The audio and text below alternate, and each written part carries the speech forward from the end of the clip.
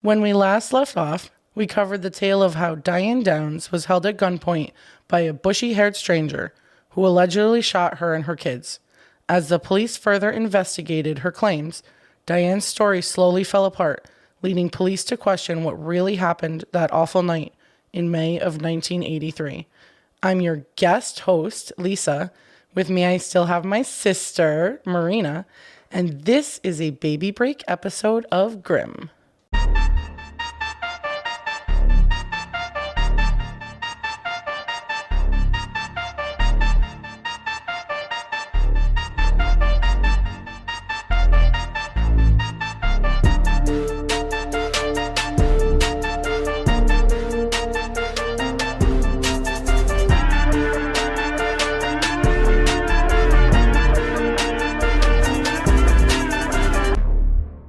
Diane Downs Part 2. And correct me if I'm wrong, dear sister Lisa, this is 3 parts? As much as I literally hated you the last time you did 3 parts, and I'm pretty sure I sent you angry text messages about it, this is 3 parts, yeah. I just want to know if you appreciate now when you were like, I hate Laura for not giving us 3 parts all in a row. Like, you understand the research that's required in writing a 3-part episode. It is a lot of time, yeah. There's a lot, and if it's a story like this where it's just wild and you need all the parts of it, it turns out to be 3 parts. You need all the deets. So I know we do have some gremlins who appreciate the longer multiple part episodes. And for the other gremlins, so sorry, you don't have a choice. But before we get into the story, I need to do some Patreon shout outs. And I'm really not sure how long it's been, but we have a few. So buckle up because we have to thank everybody because we love you so much.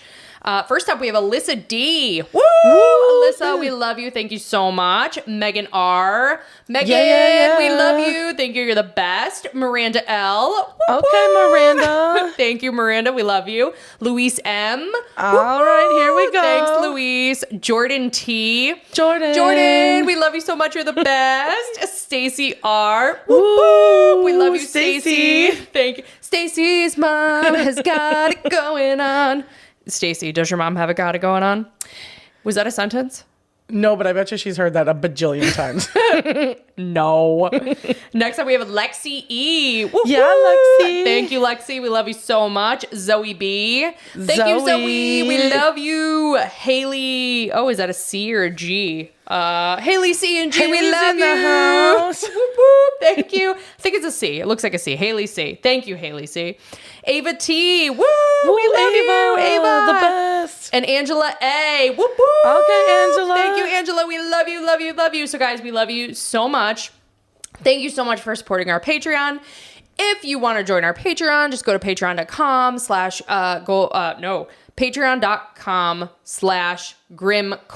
a true crime podcast. Is it that?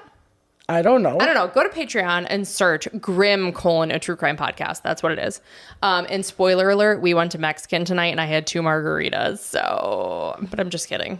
It was fine. But now I'm drinking a Chardonnay, which I don't like, that came out of my wine advent calendar. So basically what I'm saying is buckle up. But anyways, go to Patreon, look us up, subscribe. We have 13 P bonies. So like if you have been missing us, check those out because they're awesome. And Lisa's looking at me waiting for the go ahead for her to start speaking. So ready, go ahead. So my sources for this part 2 episode are the same. I got pretty much all of my information from the book Small Sacrifices by Ann Rule. I did use Google and internet articles for some clarification. And then this time I listened to a few other true crime podcasts on the Downs case and some of the many interviews by Diane, including a lot of what is called the hardball interview that will come up later. I couldn't honestly listen to too many more of her interviews. It's really hard to listen to. It's terrible to listen to. I also need to add a clarification piece here. So many of the names were changed in the movie Small Sacrifices that I had watched that were based on the book. It's also titled Small Sacrifices. And I knew that.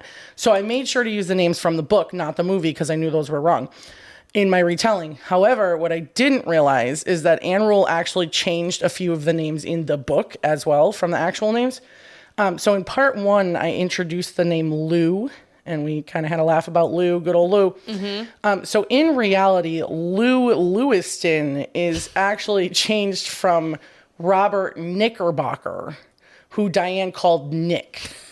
So Nick Knickerbocker good old is Nick actually Knickerbocker. Lou Lewiston. Nick Knickerbocker. For this podcast, I'm going to keep saying Lou just because that's most of the book I've been reading about Lou, and it just flows a little bit easier. For continuity. Now, as a human being whose last name was Knickerbocker and your first name is Robert, why on earth would you take the nickname Nick so that you are Nick Knickerbocker? So I don't know if that was his nickname or Diane called him Nick Knickerbocker. Okay. She did. I don't know if other people did.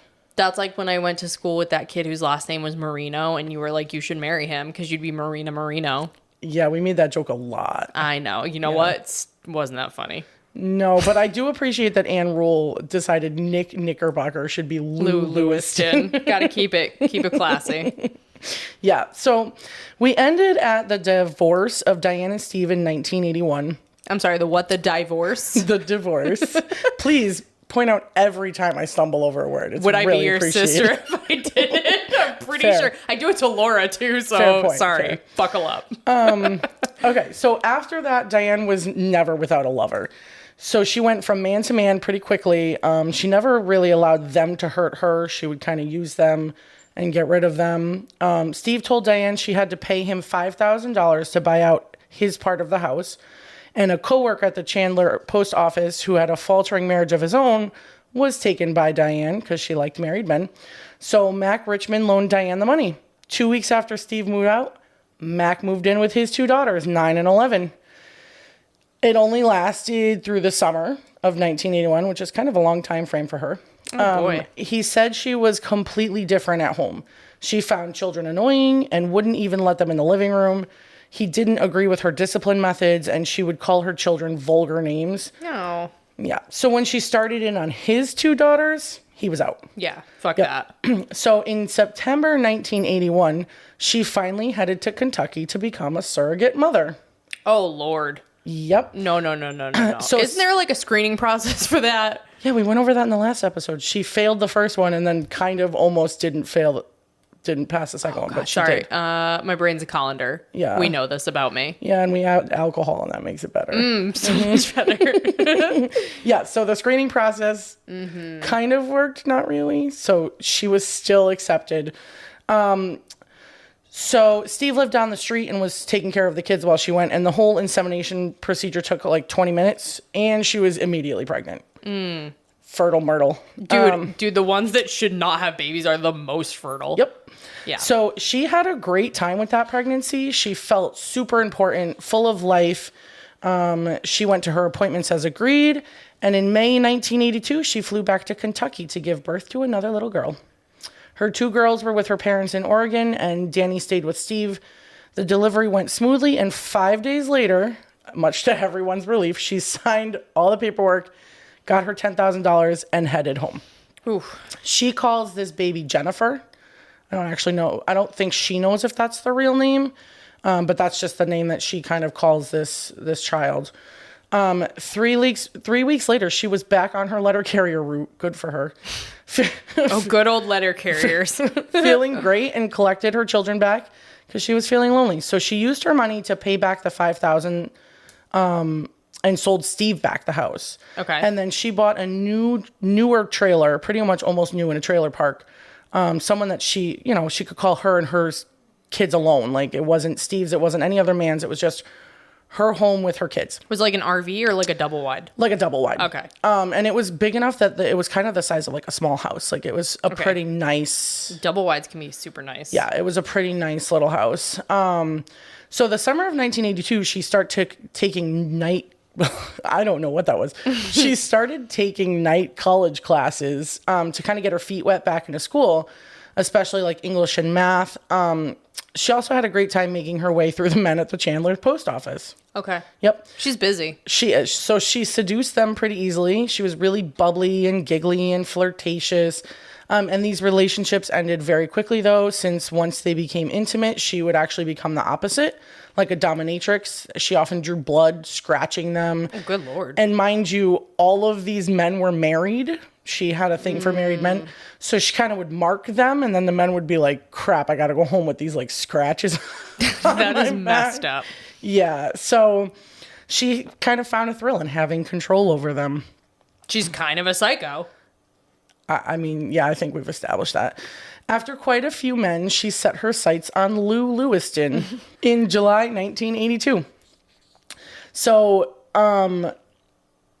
back to more present. So Cheryl Lynn's funeral was held that Wednesday. I know that's kind of like a jump back and forth, but it's hard to tell this story without going through like the investigators' path of who they interviewed and how they found this stuff out. So it kind of bounces back and forth. Okay. But so Cheryl Lynn's funeral was held that Wednesday. It was super crowded. Family, friends, those showing support for the grieving young mother. Remember, she had gone in on Thursday night, got out of the hospital on Monday.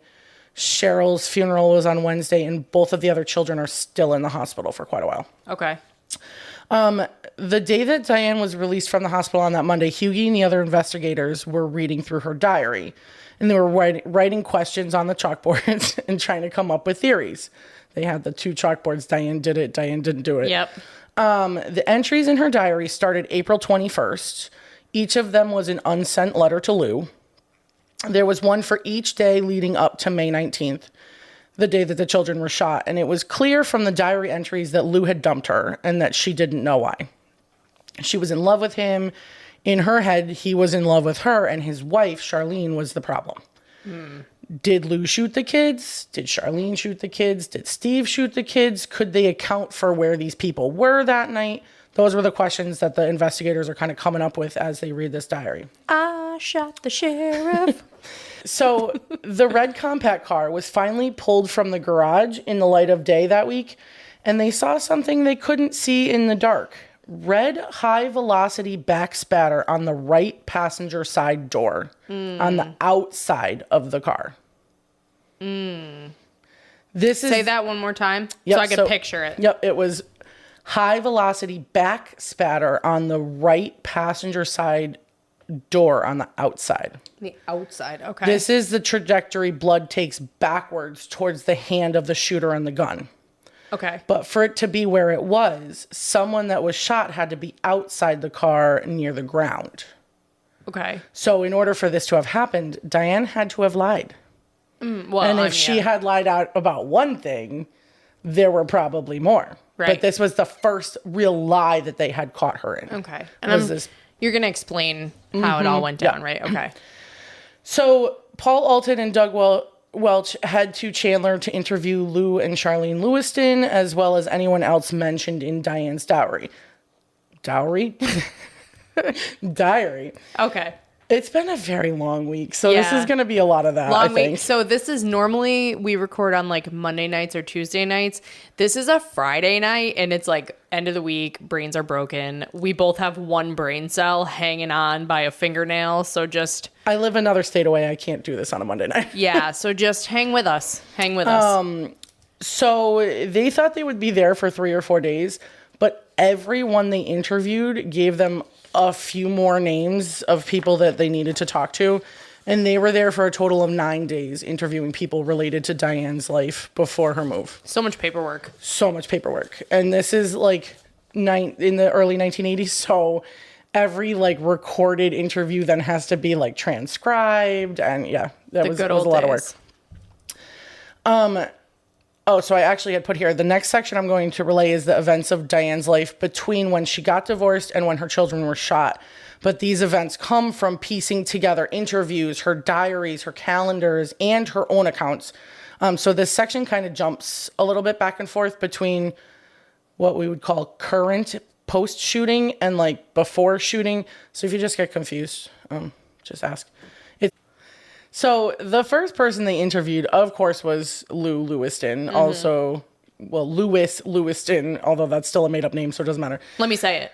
Nick Knickerbocker. He was a suspect at first, either on his own or as an accomplice. And the detectives immediately recognized him as the man in the 2 photos that are in Diane's condo, next to her headshots. It's so good. Lou's wife, Charlene, attended the interview. Charlene! Is that from something? Yeah, the fighter. Oh. They're like I think they're from Fairhaven, or they're from Massachusetts, and she's like, Charlene! Okay, well, I don't know that reference, so that was just a weird way to say it. So basically, you are Laura, who gets none of my movie references. Okay, well, in fact, you didn't get my Dick Tracy reference, so. Charlene! Anyways. Okay. So Lou's wife, Charlene, attended the interview.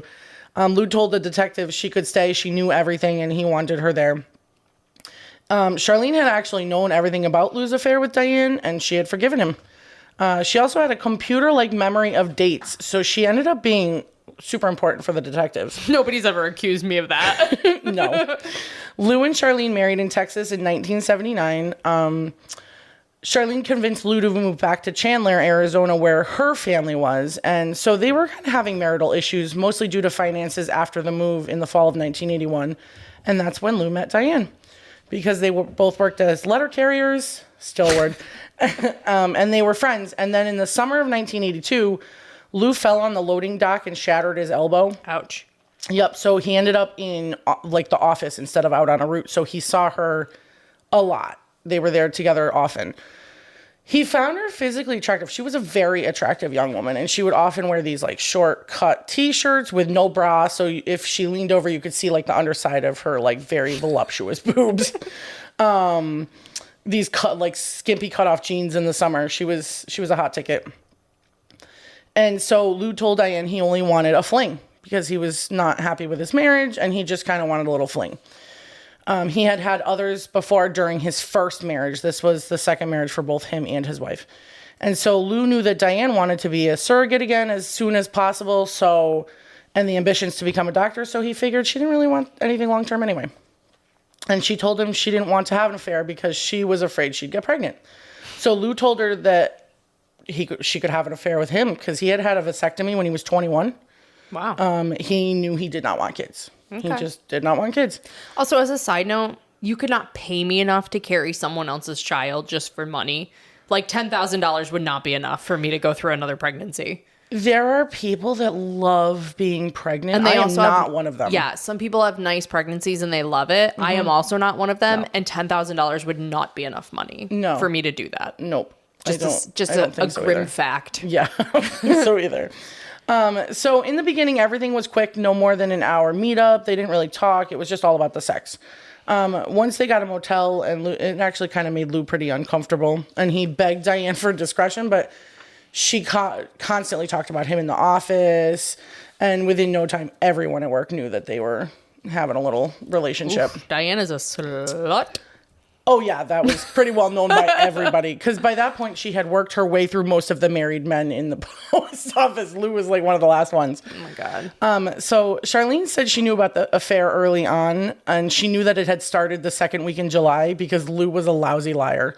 She just knew he was lying. Towards the end of the summer, Diane had set her sights on Lou. She wanted to marry him. She told him she knew he didn't want kids. She would just have to find a way for them not to bother him. He reminded her that he didn't want to leave his wife, and he had realized far too late that the attachment and obsession that was Diane Downs wasn't going to just go away. Oh, yeah, he figured out way too late that she was cuckoo bananas. So in August, Steve asked Diane for a reconciliation attempt. He wanted to get back together with her. Oh, man, yeah, because it's one... Was there a case that we covered, and it's like, does she have a golden vagina? Like, what is it?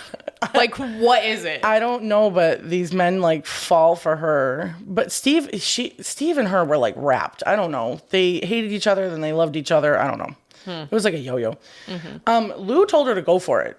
He said, go see what Steve. So Steve moved into her trailer, but moved back out within the week. Oh, okay. Yep. So yeah, that reconciliation lasted a long time. In September 1982, Diane gave the 3 kids back to Steve. The 2 girls wanted to go to a school district that Steve lived in, but she didn't.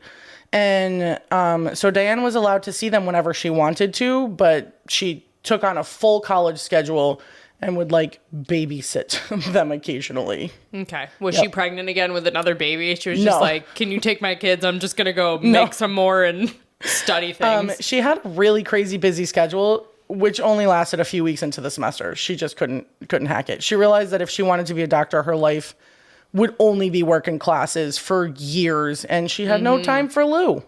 Oh, okay. Yeah. So mid-September, Diane was scheduled to fly back out to Kentucky for her next insemination. So now we've done the college for a couple weeks, and now we're gonna go back to being a surrogate mother. I don't know why whenever I hear the word insemination, I think two things. One, a horse, and two, a turkey baster. We watched way too much Days of Our Lives when we were in middle school and high school. They may use a type of turkey baster. Yeah. Not an actual turkey baster. Yeah, in Days of Our Lives, they used an actual turkey baster. They did, and I believe it was on like an Evil Twin or like, I don't know. Those soap operas, man. These are the days of our lives. Those were the best when you were homesick, though. Okay, but it wasn't even sick. I remember like one summer you and I were completely hooked on them, and Mom was like, you guys need to go outside and see the sunshine. And we were like, but Phoebe is being molested by Jeffrey's twin brother. Yeah. Anyways, we digress. Okay. So right before she flew out to Kentucky, she apparently had noticed some sort of discharge and blamed Lou for giving her an STD. Okay. Yep. And so Lou knew it couldn't have come from him because he literally had only been with her and Charlene. And she, on the other hand, had been with 4 men that summer, at least 4 men that summer. Oh. So Lou finally had to tell Charlene for like her own protection, because if Diane had an STD, he would have an STD, and then Charlene would have an STD. So he told her on his birthday, September 12th. And the two had to go to a clinic and get treated for an STD. Oh. Yeah. So Lou broke up with Diane right before she left for Kentucky, but she didn't believe him that it was real. And Diane expected Charlene to leave Lou once she was told, but Charlene was not letting him go that easy. You know what? And for what it's worth, you know, if Diane wants to just go like bang everything with 2 legs, to each their own. But she's drawn to the married ones, and that's where I'm like, you're a home-wrecking slut, lady. Oh yeah, she like, is. Do not appreciate. And for the first time, Diane did not conceive. Oh wow! From her insemination. Yep, she didn't know that as she flew back home. And when she got home, she looked around at the airport and expected to see Lou, who was not there. Instead, Steve was there. Oh my God. And so she was not happy. She just didn't feel that bubbly excitement like, I'm pregnant. Lou wasn't there waiting for her. It was Steve. And the last time she had seen Steve was a couple weeks prior, and she actually had come to work the next day with a black eye and a bunch of bruises. Like the two of them got into like a physical altercation. So she was not excited to see Steve. Steve takes Diane back to his house, and she was acting very weird. Like, Steve just said it was a very weird mood that she was in. And she started scratching at her face like she used to do, making those big red scratches in her face. And so Steve was pretty worried. Before they left Steve's house, he did notice Diane pocket something that was black. And then on the way back to the trailer park, Diane was in the car mumbling about suicide and ending it. When they get to the trailer, she runs into the bathroom and locks herself in. And so Steve's pounding on the door, and she tells him she's going to kill herself. And so he realizes she's got a gun, one of his guns. Oh. So he hears a gunshot. Yeah. And he crashes through the door and finds her sitting on the tub, uninjured, pointing the gun at him. Oh my God. Yep. She said, I can't kill myself, Steve, but I can kill you. That is so cuckoo bananas. So Steve talks her down. And when she has a moment of hesitation, he just grabs the gun. Diane had actually shot a hole into the floor, like through the trailer. She was deeply depressed. She had left her dreams of being a doctor for Lou, and Lou had broken up with her. Yeah. She'd left other men for Lou, and Lou didn't want her. Yeah. Steve took the gun. Lou had Charlene. Home. He did. Lucky for him. You know what's really funny is I was thinking the name Nora in the book didn't sound like it fit. Charlene sounds like a woman who's like, you ain't taking my husband. Yeah. I don't care what you did. you're not taking him. He's mine. Nora's like, well, I mean, I love him, but I guess we'll share. No, Charlene sounds like she's ready to play. You need to watch the movie The Fighter because Charlene is a bad bitch in the movie. So Steve had taken the gun back home because he's like, I'm not leaving it with Diane. Right. And so Diane focused on getting Lou back again. She went to a tattoo parlor and got a big red scarlet rose on her shoulder with Lou written in his own handwriting. He refused to give it to her, but she got it somehow anyway. She asked him and he was like, no. She told him that it was his mark, saying that she was his. And if another man tried to touch her, they would see the mark and know she belonged to him. Oh, Lord. Mm-hmm. It made Lou super uncomfortable. He's like, anyways, could you not do that? That'd be great. Thank you. And he was with Diane day in and day out at work, and the affair began again. Oh, Lou. Oh, yeah. This is Nick Knickerbocker, Lou Lewiston, get your shit together. He was in way over his head. He was with her night and day, and it just went on and on. Charlene obviously knew that it had started again, but she said nothing. She just bided her time. Poor Charlene. And Lou could never stay away from Diane long. It was like Steve, just a yo-yo. Like, they'd leave, they'd come back. They leave, they come back. And the investigators knew this because they had taken calendars from Diane's condo, and the calendars had all sorts of marks on them. Relationships, when she was intimate, breakups, get-togethers. And so they knew they could literally trace her whole relationship with Lou from these calendars between 1982 and 1983. Who fucking tracks that shit? It looked like, they said it looked like a patchwork quilt with all these like lines and marks, and every line meant like a get together or she's like, if I bang Lou, it's an X mark. If I bang Steve, it's a circle. If I bang Joseph, it's a line. Yeah, so they could literally track all of it. Crazy. From these calendars that they had. Super crazy. Is that so that she could like figure out whose baby it was they got her pregnant? Oh, I don't know. No, I don't think she was ever that not in control of her own life. Like, she knew exactly when she was getting pregnant because she wanted to be pregnant at that moment. You know what I mean? Like, every time she threw out the birth control and was like, hey, I'm pregnant. Like, so crazy. Yeah. So she was due back in Kentucky on October 9th to try for a second time to get inseminated. And this time they actually gave her Clomid, which makes you just produce more eggs at once. Christy turned 8 and then she flew out. And while she was gone, her trailer caught fire. Yep. So they determined it was an electrical shortage in the wall, even though the trailer was brand new. She had only made 3 $400 payments on it. Okay. Or it was the wife of one of the dudes she banged burning her trailer to the ground. I'll get to it later, but it was actually Steve.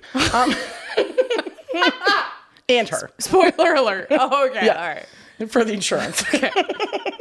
Oh, man, did they get caught? Because that insurance fraud will get you every time. Damn it. So she got $7,000 in insurance. Lou claims that he asked Diane about the fire, and she confessed to him that she had Steve start it. But he had failed and left the bedroom door closed, so only the bedroom burned. Fucking Steve. I know. So she paid off her Ford Fiesta. She had like a white Ford Fiesta. She gave Steve $100 and she bought some materials to like repair the trailer. And she moved in with Karen Batten for a bit. That was her friend from the post office. Okay. Steve and his friends said they could fix the trailer for her, but they never did. She failed to get pregnant for a second time. Oh, in that month. Yep. She must have been so sad. Yeah. I mean, for being fertile, it was pretty amazing that she wasn't pregnant from these inseminations. Yeah. Although she was only intimate with Lou, she actually moved back in with Steve and her children in November. Steve remembers one night he was sitting on the tailgate of his truck with the kids, and Diane came speeding down the road in her white car, pointing the gun at Steve, said, "This is what I've got." Oh my gosh. So he dove for the car because the kids are there too, and he doesn't know what she's doing with this gun. But she backed the car up, so he's sort of like riding the door frame, holding onto the car as she barrels away, and she's speeding up faster and faster, and then these other cars come down the road. So he lets go and like rolls down this hill. The kids were screaming. She's laughing hysterically and drives off. So he calls the cops, but then he tells them to go away because he didn't want her to get in trouble. He felt bad. Wow. I don't know what pheromone she holds, but wow. Yeah. And so the kids went to bed in their clothes, terrified that she was going to come back with the gun. Oh. And no one remembered to feed them dinner. Oh my gosh. Yeah, that happened a lot. They just forgot they had kids. That is. But then again, wasn't it like horrific. the 80s where they had like the 10 o'clock, do you know where your kids are? Where they constantly had to remind parents they had kids. I think that is around that I time think frame, it is yeah. around the 80s, yeah. Oh my Late God, 70s I feel maybe. so bad. Yeah. That's Yeah. sad.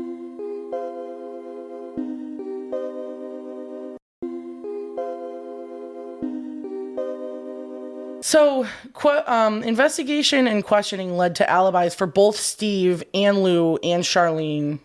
So, all three of them the night of the shooting. They were all safely in Arizona. They were not in Oregon. A number of people were asked to take a lie detector test, and they all agreed, and they all passed. So, I have a list of quotes that were collected by the investigators, although I'm not exactly sure which one goes to who, because they like questioned every single person that she knew. Okay. They were people in the post office, people in town, like friends. So Diane is headstrong. She knows what she wants and will do what she has to get it. Diane didn't care for her kids. Diane's not a good mother. The children were a hindrance to her.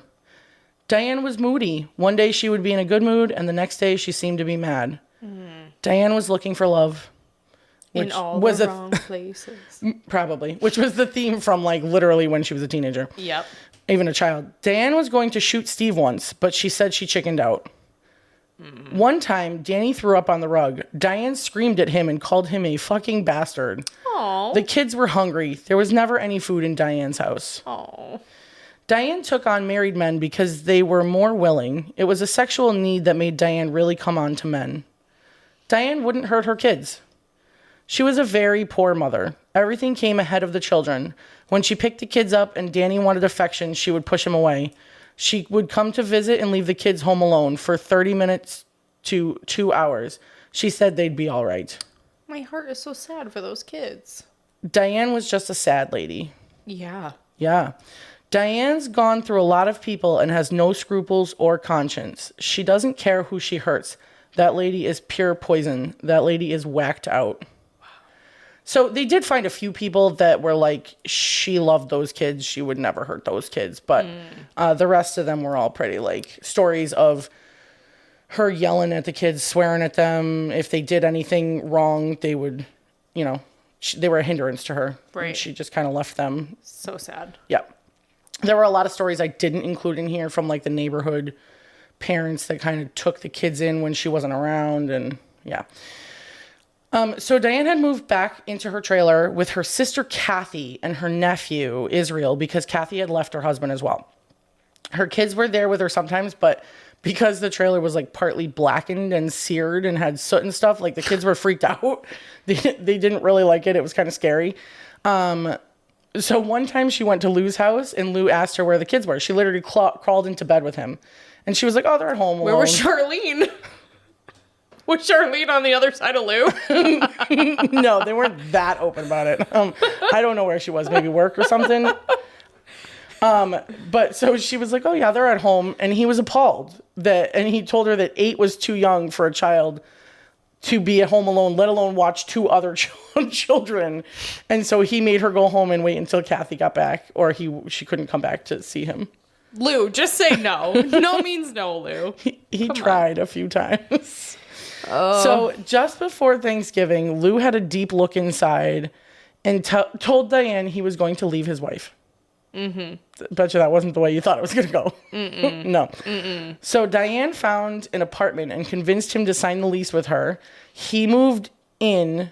Oh, he never moved in, sorry. And only visited. Diane would give him little messages from the kids, and he thought that was super weird. And he had only met them a handful of times, and he thought they were like cute kids, but he wasn't into kids. Lou, and where's he Charlene? Certainly didn't want to be a daddy. Where's Charlene? At home. Oh, Charlene. Diane told him, I don't want a daddy. I want someone to love me and like my kids, but not be a part of them. That was a quote. Yeah, she doesn't want to share the attention. No. Yeah. He never moved in, and eventually Diane gave up the apartment. Okay. Through November and December, they continued to see each other constantly, and Lou asked his wife for a divorce. But she said no. Can you do that? You can. You can't get divorced unless both parties sign.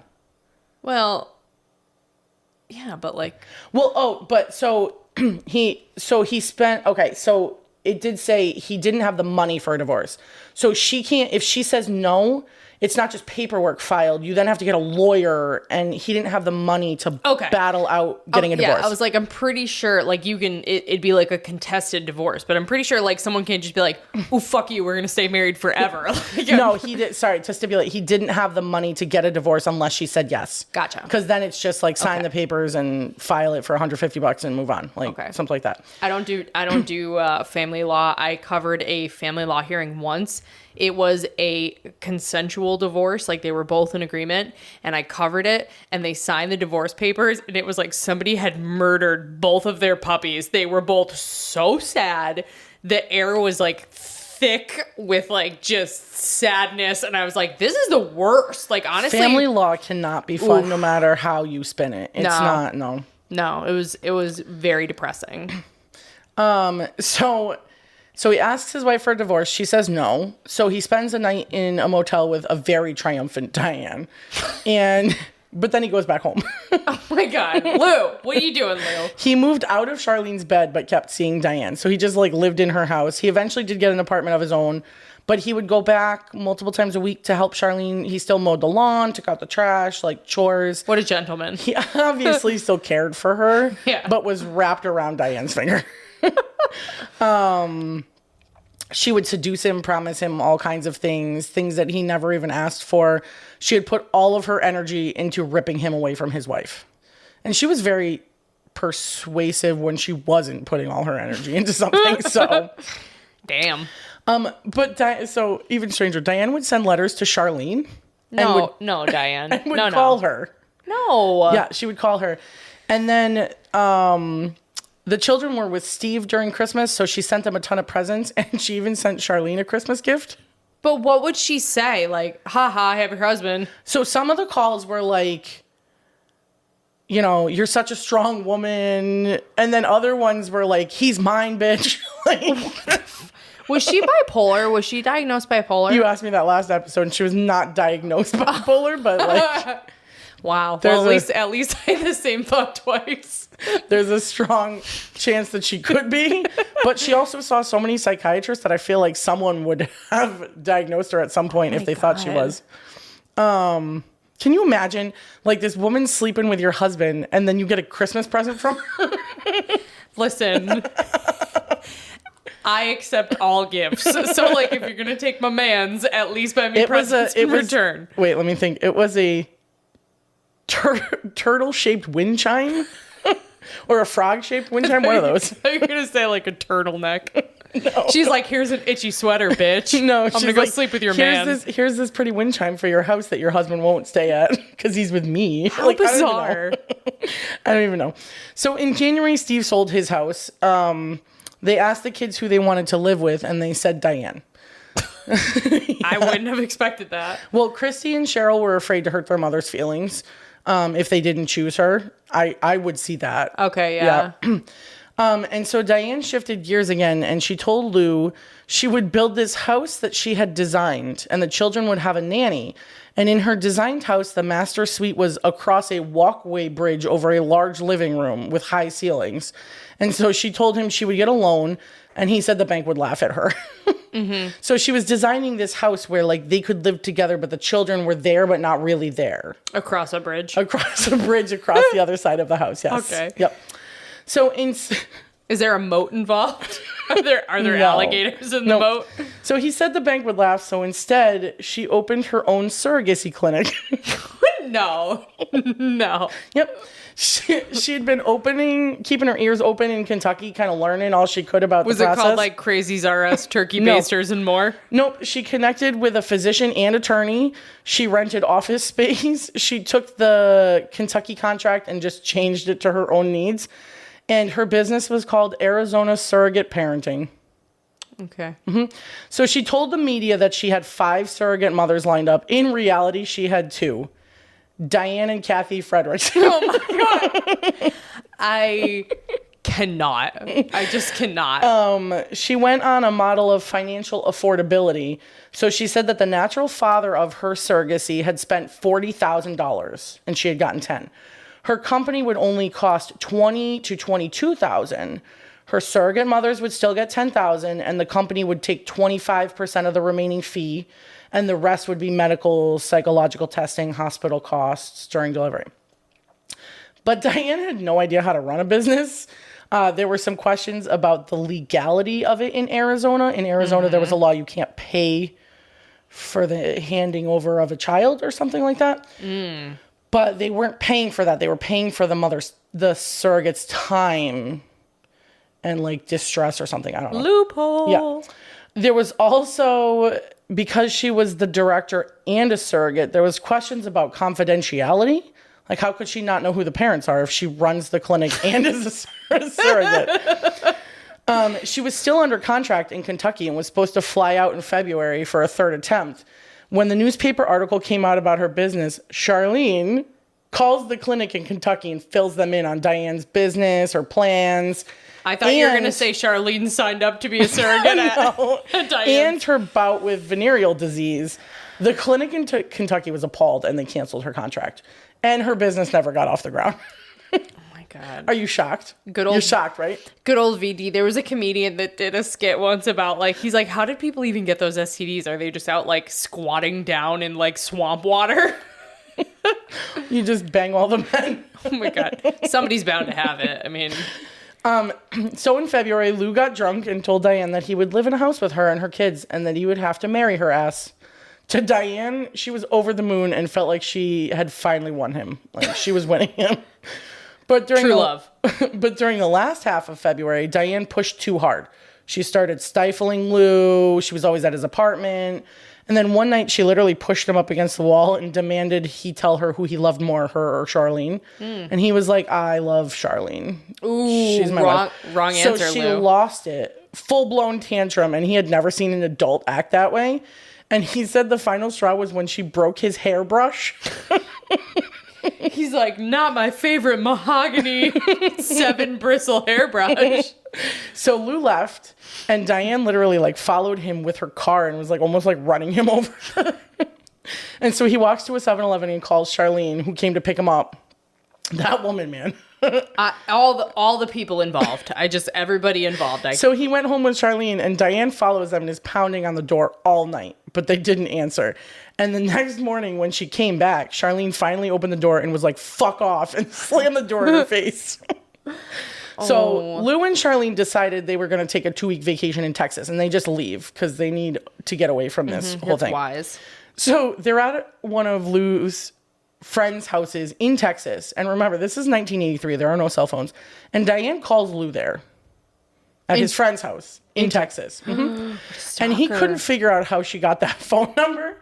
And so he realizes she must have gone through his wallet while he was sleeping one night and like taken the phone numbers that were in there. Oh man, back in the day when you had like a little book full of numbers in your wallet. Yep. And since he went to Texas without telling her, Diane figured he had left her for good this time. And so she immediately requested a transfer to the Eugene post office where her parents live in Oregon. Her father being the postmaster, she was guaranteed a job, and her parents would be happy to have her and the kids around. And her transfer was put in for the beginning of April. So this is 1983. So remember, May 19th is when this happens. So this is now going to be the beginning of April 1983. Okay. So we're closing that gap. She called Lou in Texas to tell him he didn't need to transfer, that she was going to go to Oregon. And Lou assumed she was thinking that he would like feel pressure and follow her or be like... He's like, bye. When Lou got back from Texas, he stayed with Charlene for a while. But then he went back to his apartment. He saw Diane at work. And just like always, the affair began again. What the fuck, Lou? Oh my God. And now, I mean, you can kind of see why Diane never believed him when he said they were done, because they were never done. She's got some sort of unicorn between those legs. My goodness. Seriously. Since it was already March, Diane only had 2.5 weeks before she left for Oregon. She tried to have the postmaster in in Chandler cancel the transfer, and he was like, fuck no, bye. He was like, ooh, about that. Ooh, get out. And he cited, like, she obviously had all the affairs with the men, the skimpy outfit she would wear, especially in the summer. He was like, okay, bye. Yeah, he was like, and she threw, like, tantrums at work, like, just blown out tantrums, like a giant adult. So, giant child, not adult tantrums. a tiny adult or a giant child, either one. I don't know. One of those. She's a toddler. She's a toddler. So he asked her to move into his apartment with him until she left because he knew she only had 2.5 weeks, like, and then she was leaving. Lou. And so during that time, promises were made, dreams were spoken of, and Lou used to wear this big gold chain around his neck. And so one night he takes it off and he puts it around her neck and told her it meant that she was Lou's woman. I'm judging Lou real hard. Mm-hmm. Yep. I'm judging him. Damn Nick Knickerbocker. Nick Knickerbocker, get your shit together.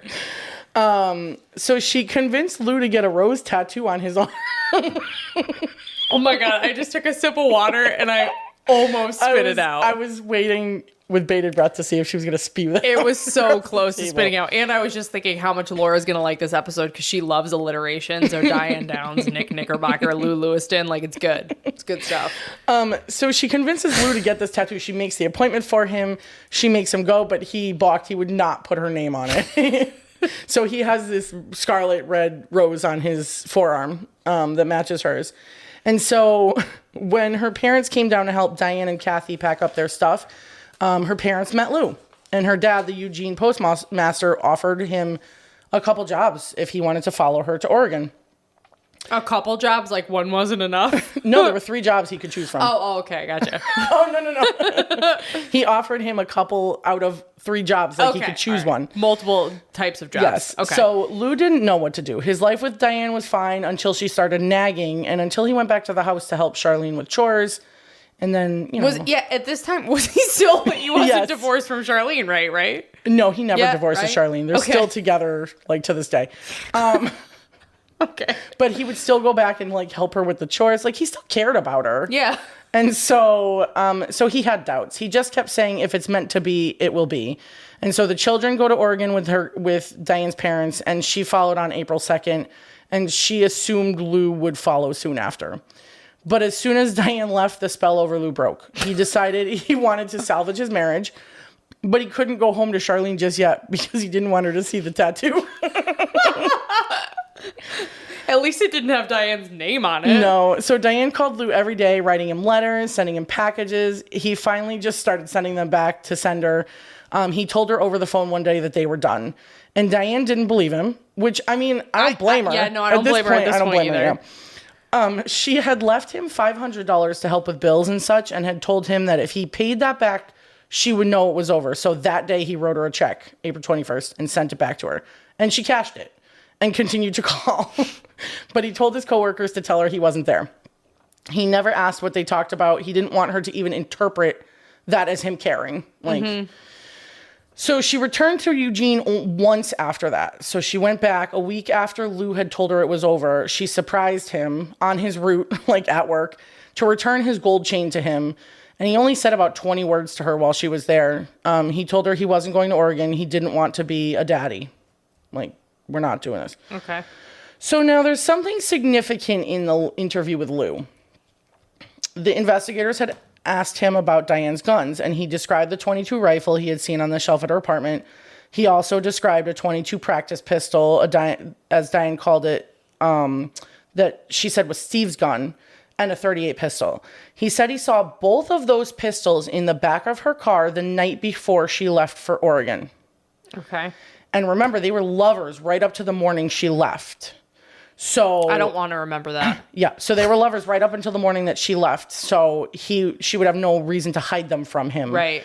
And he saw them in her trunk or in her car the night before she left for Oregon. Okay. Steve described exactly where the 2 guns were laying on the floor of the car behind the front seat. Diane had told detectives when she was confronted with the 3rd gun that she had offered it first to Lou because Steve was threatening him. And when he didn't want it, she put it in Steve's truck behind the front seat 2 weeks before she left for Oregon. Lou also expressed his concerns and guilt that he thought Diane might have shot the kids for him since he didn't want kids. That was Lou's theory. That's kind of a good theory. Yep. And he told the investigators he was also afraid for his and Charlene's safety. Yeah. Probably smart too. I would be too. Yeah. He told them that if she got let off of this and was able to like return to Arizona, that something might just happen to Charlene. And then if Lou didn't want her still, maybe something would happen to Lou. Like they were concerned. for good reason. She cuckoo bananas. Yeah, for with sure. guns. Yes. Yeah. So all of Diane's diary entries, which were read over and over by the investigators, some of them thought they could like recite them by memory, as well as the interviews of people related to her in Oregon, pieced together a woman who didn't understand reality. She continued to write and talk about Lou after he broke up with her, after he told her he wasn't coming to Oregon, as if one day he would. She even had an affair with a married man at the Eugene post office 1 week after she got to Oregon. Oh my God. His name was Cord Samuelson, and Diane went on and on about her love for Lou during that affair. She told Cord all about Lou and how she loved him. When her and Heather Plord, the horse lady, trained at the post office, Diane would constantly talk about her boyfriend in Oregon and how he was coming soon. The guy's like, so anyways, so this couldn't be more uncomfortable. Are we going to bang or what? She's like, well, I love Lou, but let's do it. So Cord said that Diane ended up falling into a deep depression as the weeks went on and he didn't come. But then she would just bounce back. So maybe she really was like periodically, not like, I think bipolar, you can get like mood swings like on the daily basis. She's almost like chunks of time, like super happy, super depressed, super happy, super depressed. Like she definitely has psychiatric issues. Hughie noticed that her diary was written on a roller coaster of emotions. Look at that. One day she would appear suicidal, the next full of hope and happiness. And so the diary entry that she had written as soon as she returned from her quick 24-hour surprise to Lou and gave his chain back showed just how delusional she was. So here's what she wrote. Friday, 4/29/83. I'm home. Boy, what an exhausting trip. Oh, Lou, I'm so glad I went. I learned so much. I'm happy again and so content. You love me, Lou. And that's all I needed to know. I know you love me. I'm a little sad that Charlene, has convinced you that the kids would be a burden because I know it would not be true. They are terribly independent and require very little care. Yeah, your 8-year-old probably needs a little bit more love than you're giving, but I'm thinking the 3-year-old needs more love than. Oh, that's right. The 8 was the oldest. Yeah, so she's speaking of an 8, a 7, and a 3-year-old. I literally wrote that right after that. Oh God. So that just shows you, like, Lou barely talked to her, and then she comes back and she's like, "You love me, Lou." Like, I have an almost 3-year-old, and I can assure you, he is very far from independent. Yep. He's like, no, I insist on doing this, but when I do it, I'm going to make it so much fucking worse than if you just helped me do it. Yeah. Like the toothpaste on the toothbrush. Bad times. Yeah. Bad times every morning. So her diary very rarely even mentioned her children. But Hughie noticed as the diary entries went on, she became angrier, like some sort of decision had been made. And starting on May 11th, so 8 days before the kids were shot, her diary entries were all about her children for the first time. Oh. She wrote, still in the form of a letter to Lou, but it was about how amazing her children were, how much they loved her, how much they loved him, and were always there for her, and how she loved them even more than him. So she thinks she's smart and that she's gonna like convince the police that she's this loving mother. She also mentioned finding the brass unicorn in a store window, and she picked it up May 12th and had it engraved, saying she needed it by May 13th. There was no reason for that date. It was just a day. It wasn't a birthday or an anniversary, but she needed it for May 13th. And on that Friday, May 13th, Diane took her kids to the beach. And they were there all day. They were hungry and tired, but she took them to the park. Oh my God. It was getting late, so she took them to the river. Oh my God. And Diane. then she picked up her nephew and took them all to the river, and then finally took the exhausted, whining children home. Hughie's theory is that the 13th was supposed to be the day that the children were killed. So the unicorn would have been like a memorial to her dead 3 children. Okay. It's, of course, just a theory, but I can Right. see why he came to that conclusion. And he also noticed that Diane was very keen to have the detectives know about her diary. So, bingo. Yeah. His theory was that she was trying to set up that she loved her children more, Right. more than, like an alibi. I love my children more than Lou. She's like, did you see the last 2 weeks of my diary, though? I could have never shot them. Yeah, he thought she was trying to cover her tracks. Yeah. And her diary, the week leading up to the 19th, was pretty normal. She wrote about doing laundry, and every night she took the kids to the river. Okay. And remember, they got shot on a road near the river. Fuck. Yeah. But, like, what are you doing with She said they loved it. Well, Did they? She said they loved the, light bouncing off the river and I don't know. In one entry, she damned Lou. Then the next, she professed her love for him and how much she missed him. Well, that's pretty much their entire relationship, so. So through interviews, Hughie found out that she called her friend Barb in Arizona and talked to her for about an hour on the phone. And this was on the 19th, the day that the kids got shot. Okay. While on the phone with Barb, she cried a little and she told her how horny she was and how much she missed Lou and his lovemaking. And based on the timeline, it had to be right before she got in the car with the kids and took them to Heather's house with the horse coupon. Oh my God. The horse coupon that our gremlin made was so good. So good. I'm going to have to post it to our Insta because it was really good. Yeah. That last day, the page was dated May 19th, 1983, but there was no actual entry. The page was blank. Okay. Yep. So again, the main evidence comes back to the gun. And the investigators tried to track down and work every angle of the gun and the casings that had been fired from the gun. They assumed the Ruger was the gun that had shot the children. So they searched and searched for any casings that might have been fired by the Ruger. There was a friend of Steve's that Steve had kind of lived with after they'd been divorced. His name was Greg Roach, and Greg was a gun fanatic, so he knew everything about guns. So he actually had claimed to have fired that Ruger hundreds of times all over Arizona at different shooting ranges, also in a rock quarry, in a forest, in the desert, in a porcupine. They literally searched. In a porcupine? Is that what you just said? A dead porcupine. Yeah, I don't know. Okay. They literally searched everywhere that he said he shot that gun. They took a helicopter over the desert to try and find this dead porcupine. They went to the rock quarries. They went to shooting ranges around Arizona and collected casings that they still had around just to see if they could match any to the tool marks of the ones from the scene. But after they did all of that, there was a truck that he used to drive that he knew there would be casings spent and live in that truck. Greg Roach used to drive? Okay. And he had the Ruger in there, and he knows there were casings in there. Okay. And that truck had been sold. So they try to track down this truck, and that's a dead end. They can't find it. So they did get a breakthrough though. So remember I told you when we were in Diane's condo so long ago, and the rifle had mismatched rounds in it. Okay. Live rounds, right? So they take those live rounds and they look at it, and the markings on the cases found at the scene of the shooting, and what they notice is that the markings on both are the same, as in they've been put in the same gun. Okay. So the ones from the rifle are live, but they have the same tool marks on them that the ones at the scene do. Okay. Which means they had to have been loaded into and taken out of the same gun that shot the kids. Okay. However, so this is a huge piece of evidence. Yep. It's proof that those bullets were in the gun that killed the kids, even though they don't have that gun. Right. However, Hughie was worried because this evidence would be hard to show and explain to a jury. Right. Because those casings had marks all over them. These experts can match the tool marks, but it's hard to see in a 2D photo. It's a 3D thing.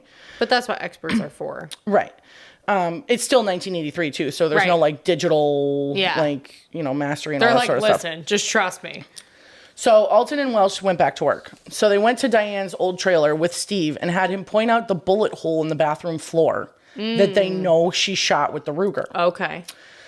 the past September. And they went to work. They crawled under that trailer with all the Arizona bugs and critters and stuff. And it was super hot. They spent 2 days like sifting through all this sand and debris. And then they finally put a coat hanger through the hole in the bathroom floor into the dirt and kind of searched around. And they found a 22 slug. Nice. That Diane had fired from the Ruger. And they brought it back for analysis. Unfortunately, it had been through layers of floor and into hard dirt and had been out there for months. The lab could not definitively say that it had been fired as the same slugs from the children's bodies, but they also couldn't not say it hadn't been fired from the same gun. So they couldn't exclude it. They couldn't exclude it. There were enough markings that were the same that they probably could have. Some experts were like, yeah, I could say it's the same gun. But then some were like, I don't know that you could. Okay. So again, Hughie had to bide his time.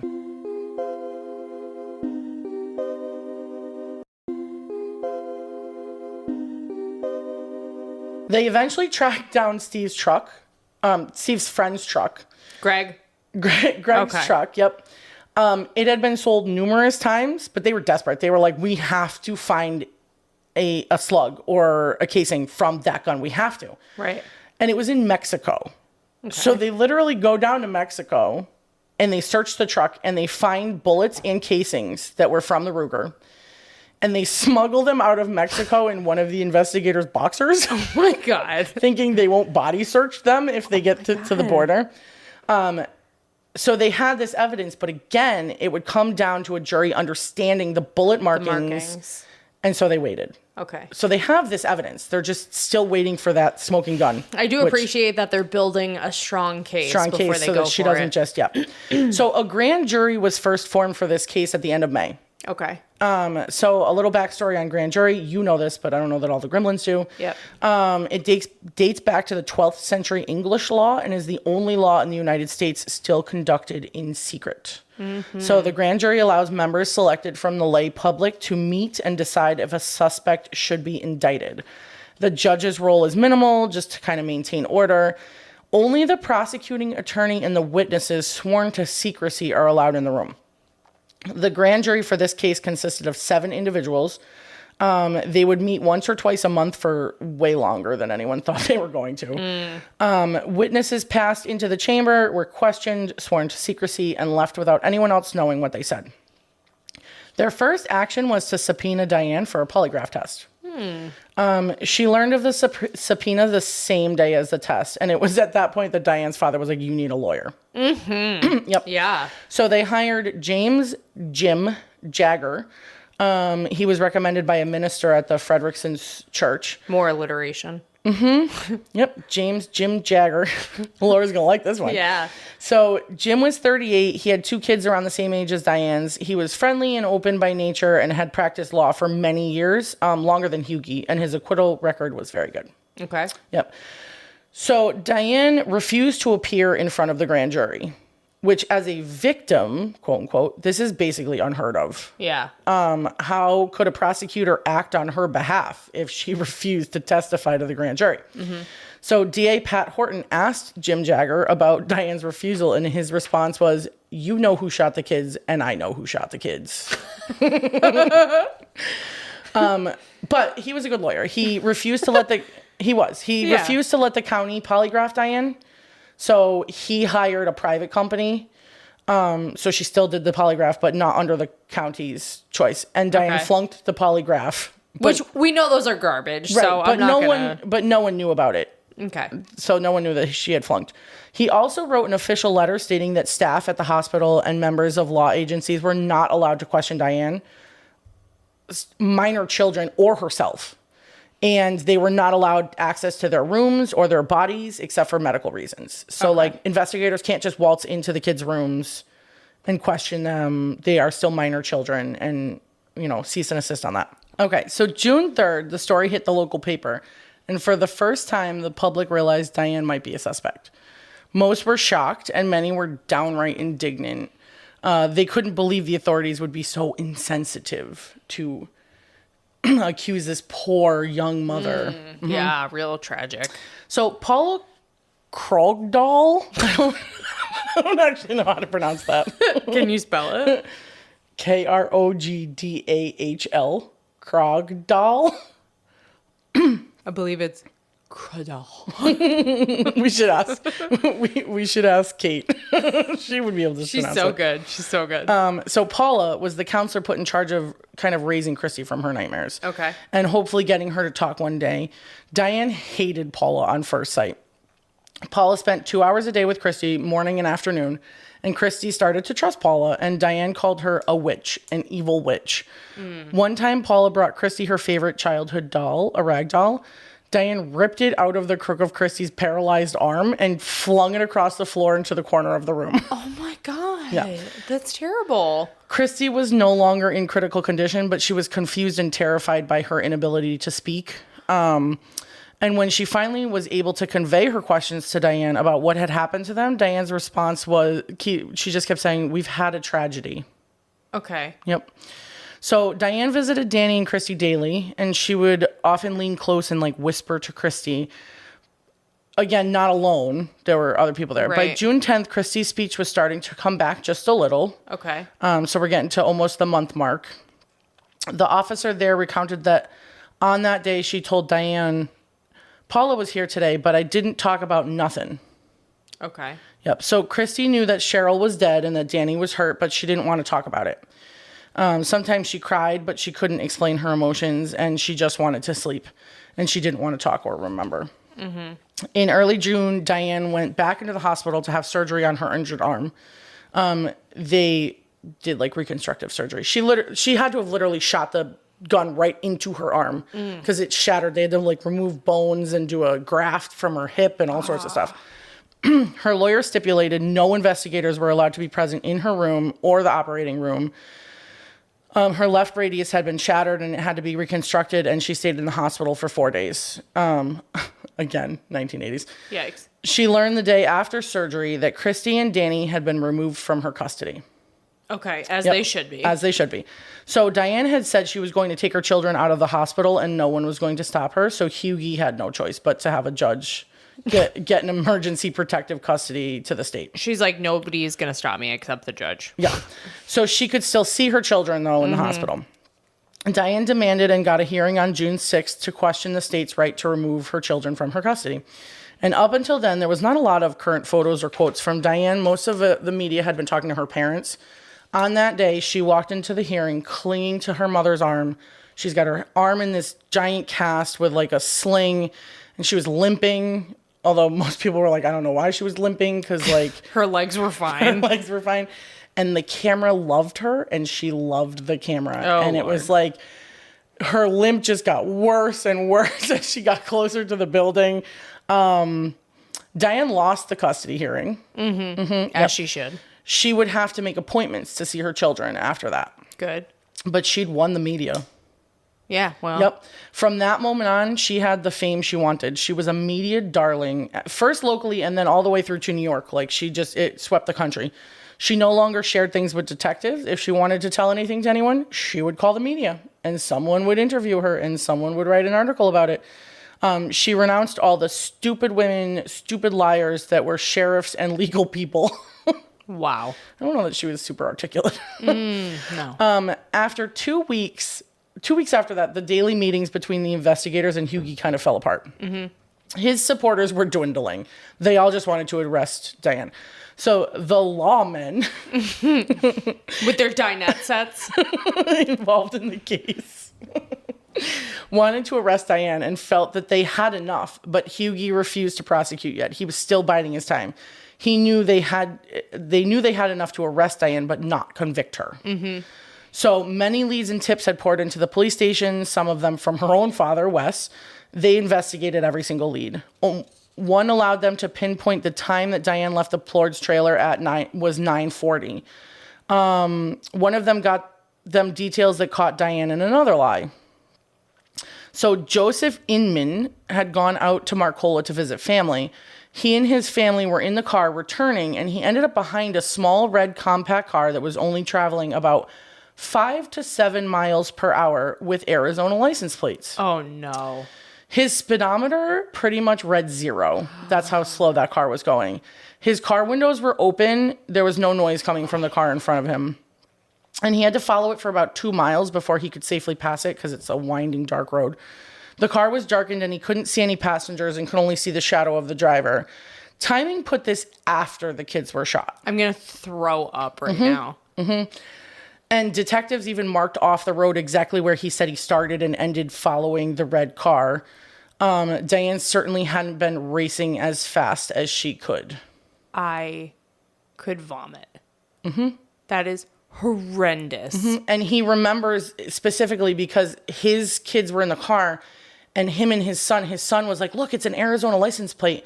So him and his son were talking about the difference between a Texas license plate and an Arizona license plate. So it was like, so when this story came out in the news, he was like, hold up. Wait a minute. I've seen that car before. Oh my God. She was traveling like 5 to 7 miles per hour down that road. So after 5 weeks of treatment, Christy was released from the hospital on June 22nd. She and eventually Danny went to a foster home of Ray and Evelyn Slavin, I think is how it's pronounced. They had fostered an insane number of children in the past. They were super experienced and were extremely trusted and prepared. And the Slavins had actually started visiting the children in the hospital before they were released. And they visited Danny every day between Christy's release and Danny's release so that the kids would get used to them. Christy attached herself to their adoptive daughter pretty quickly. And she still struggled with her speech, but it got better kind of week after week. Once she was more confident, she talked about Cheryl, not from that night, but good memories of the past and her sister. Evelyn noticed that Christy, even though she was only 8, knew how to do laundry. It was clear she was the one that took care of the other children. Yeah, she had to raise herself. Christy knew no other life. She assumed that little girls cooked and cleaned and did laundry and took care of their siblings. So sad. Yep. So Christy had nightmares pretty much every night, and it was kind of recorded exactly what nights, anything that she said afterwards, if she said anything. Evelyn gave her the love and support that she needed, and but both the Slavins were careful not to confirm or deny anything that she had said in her dream. Like, if she said anything about the accident, they didn't confirm or deny anything. Right. She was having a hard time remembering what happened that night, the brain often blocks off trauma like that. But the one thing that she was certain of was that there was no one else there but her family. She kept saying that to anyone that would ask her questions. No one was there. It was just me. No bushy-haired. It was just my family. No bushy-haired guy. She did not see a bushy-haired stranger, yeah. As the summer wore on, the sheriff's department lost funding from a public vote. So there was this huge vote. They lost all their funding. So Hughie still had a job. Alton got laid off. But he hardly had any investigators left. There were like 2 left. And then all of the other ones had to go do other jobs. And Diane just assumed the investigation was pretty much over as more and more time passed with no arrest. And Hughie knew they had to wait until Christy was ready to testify. Without that, Diane would walk and she would get custody of her 2 remaining kids and she would be off somewhere else. Yep. So they had to figure out how to finally get her. So they get Lou to agree to call and talk to Diane and record the calls. Oh, Lou. He's back. He figured if she was going to admit it to anyone, it would be him. And after a few calls, he wasn't getting anywhere. So he gave Diane his number again and said she could call him on her own time if she wanted to talk. He gave her some parameters, like not before work, not in the middle of the night. You can't call and hang up. He's like, only on Tuesdays at 8:30 and Sundays at 4. He figured she might be open, more open if the call was like spontaneous and when she was feeling lonely. And they bided their time. I love that phrase. I do. You've only said it 79 times. I know, and I'm just going to keep saying it because Hughie's just like, still waiting. So Diane went to the media with everything. She held her own press conferences. And I just had to include this here. So in the book, Anne Rule wrote, and I quote, "If there were such a thing as a rule book for murder suspects, the first chapter would strongly advise against dialogue with authorities." So Grimm has always said, AKA, shut the fuck up. Yeah, shut the fuck up. Shut the fuck up. Diane did not do that. Ever. She's like, let me paint you a word picture. She did not do that ever. No. And listening to those interviews that she gave, oh my God, like she never stopped talking. You hear the investigators be like in the background, like they're about to say something, and she just keep talking and talking and talking. It's So much bad. word vomit. So much word vomit. If she felt the authorities were taking too long or she hadn't heard from them, she would call them with a new little tidbit that she might have just remembered, a new memory. She's like, I miss you. Let me tell you something. She's like, I haven't heard from them in like a week. Hey, I thought of something. She went to the sheriff and talked for hours about how his investigators were looking into the wrong person, how Child Protective Services was trying to brainwash her kids. He didn't play into her game, so she called him out in the media. My God. This whole case was just a one-sided media circus because the prosecution was not playing into it. They didn't do interviews. They didn't do... I said in the first episode, Hughie was not... He didn't like the limelight. He didn't like the spotlight. And he wasn't about to just go talk to the media. So she just kept calling the media and setting it up herself. Yep. Which in the end, like all of those discrepancies are now recorded of her story. Oh, right. Because she would tell these people this and these people that. And, Sunk. Yep. Sunk. So 2 months had passed since the shooting and Diane was still walking around free. She was back at work talking on the phone all the time to Lou with no avail yet. The media, the TV stations, the detectives. She called one of the investigators Woost? Wooist? I don't know. I don't know how to pronounce his name. How is it spelled? Wuest. Oh, Wooist? Oh, boost. Woost. And unfortunately, he says his name in some of the recordings of the like investigations with her, but in It's interviews, probably like Seth. but to pronounce Seth. no, but it's from the 1980s and it's like a tape and you just hear I think that's actually how you pronounce it.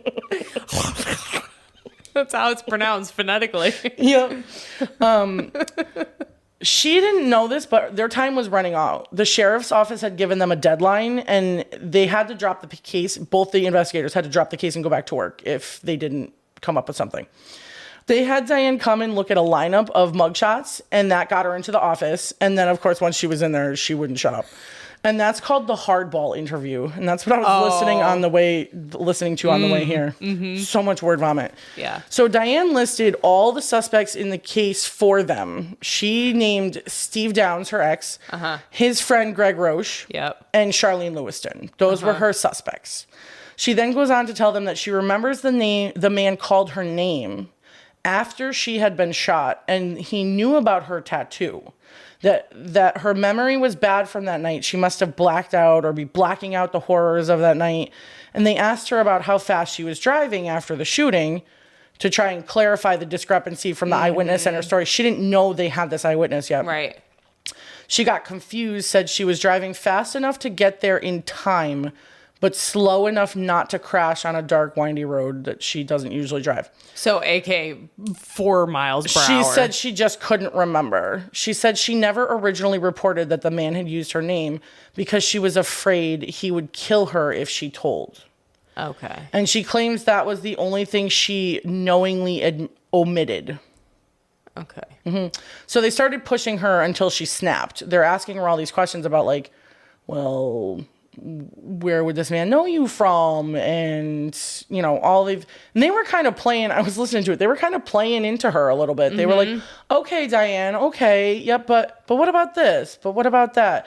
I read in another thing that they actually said to her, Diane, your story stinks. and she responds with, then get some deodorant. I didn't hear that, but I also didn't finish the interview. So I'm not 100% sure.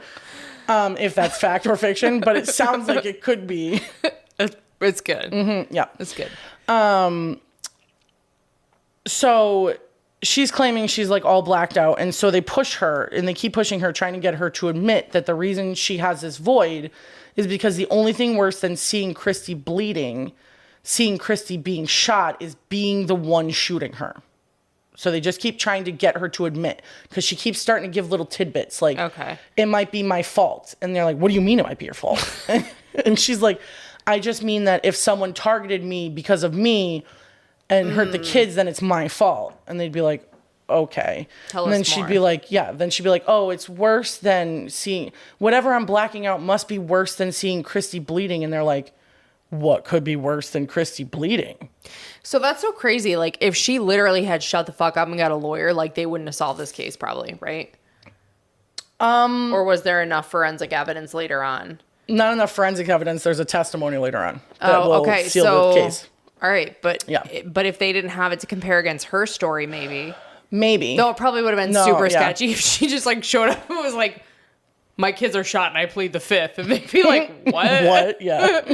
So I guess she had to tell some story. So honestly, my theory, listening to all of her different stories and like how this plays out, it sounds to me like she stuck with that first story for so long, but then realized no one was buying it. So she started changing things a little. That doesn't work either. To That's try a poor and tactic. make it make more sense, because remember, the story didn't make any sense. So No. she's trying to make it make more sense. Don't do that either. But all it does is look bad, because now you've changed your story 87,000 times. Stick with the nonsense. She in the interview, she keeps saying they. They said I shouldn't say anything. And then she'd go, I don't know why I say they. There was one man, but maybe there wasn't one man. Maybe there were more than one. Maybe I knew there was more than one. I never saw more than one, but maybe there was more. And maybe that's why my brain keeps saying they. Or it's the voices in her head. Yeah. And she tells like interviews that there were two men. And that they grabbed her by the arm and shot her to show her they meant business. Like, I mean, the story just wildly changes depending on who's interviewing her. It went off the rails. It did. Yep. So then they're pushing her, and Diane finally left after 2 whole tapes of interview. Oh my God. She was like, I'm gonna be finished after this first tape, and then she's like, okay, put in another one. I have more. They were like, and they just kept saying, you're free to go whenever you want. She's like, I know. And then She's like, but wait, let me paint you a word picture though. So she Not keeps, done. Yeah. So she keeps talking, and then when she left, she claimed she all of a sudden is like, oh, I remember everything. And she knew the shooter. She knew his name. She knew him. Ma'am. He wasn't after her car. He had come to shoot her kids and get revenge on her. Ma'am. But she wasn't going to tell them who he was because they were terrible investigators. She was going to bring him in herself. Ma'am. Ma'am.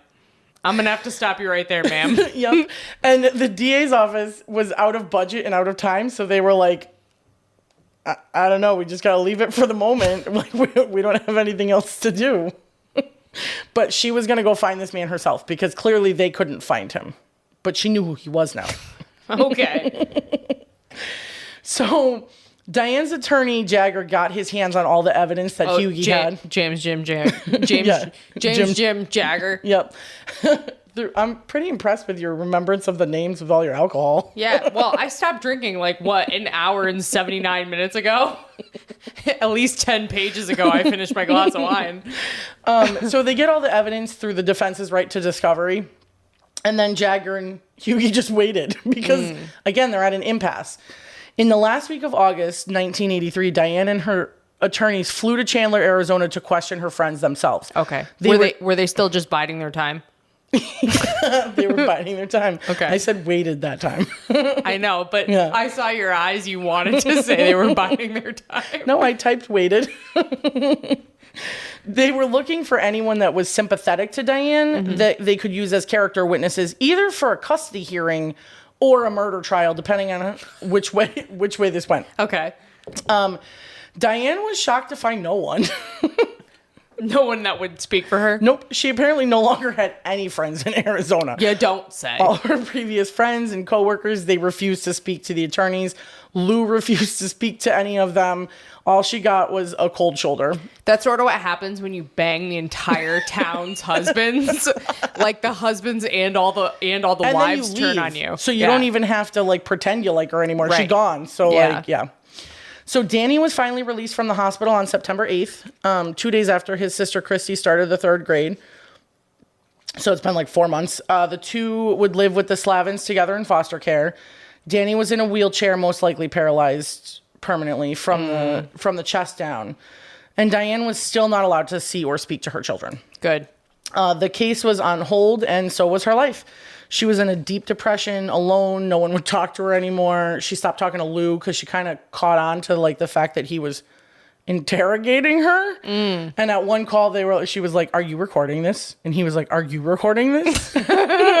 And she was like, "Yes, but are you recording this?" And he was like, "Yes." So she felt like she couldn't trust him because he didn't trust her. And so like they didn't talk anymore either. I feel like it's like the meme of the two Spider-Men like pointing at each other. Are you recording? And she stopped calling the authorities themselves in July. She cut the lawmen off, huh? So she decided to do what she does best, and she took a lover to make her feel better. Yep. So she turned to a man named Matt Jensen. She had first met him in a park in July. He was a teacher on a lunch break. He was not married, believe it or not. Wow. And she was like sitting, taking a break from her mail route, and she looked really sad. So Matt, being a nice guy, like started talking to her, realizes who she is, cannot possibly believe that she would have done that to her children because she appears like a nice woman to people that meet her. She's got this like charisma about her. Right. Obviously, all these men fall for her. So late in August, she calls him and asks if she could come over, and then she seduces him with her bubbly personality, just as she'd done many times. And that night they were intimate. And then she doesn't talk to him for a little bit, and she started going back after him again in September. And their relationship lasted 3 weeks. Per standard. That's a long time for her. It's a standard time frame for Diane. She had put a stake on him and he hadn't even known it yet. So she would show up at his work, at his house. She would put notes on his car. She would be there when he went for lunch. She knew everything about him.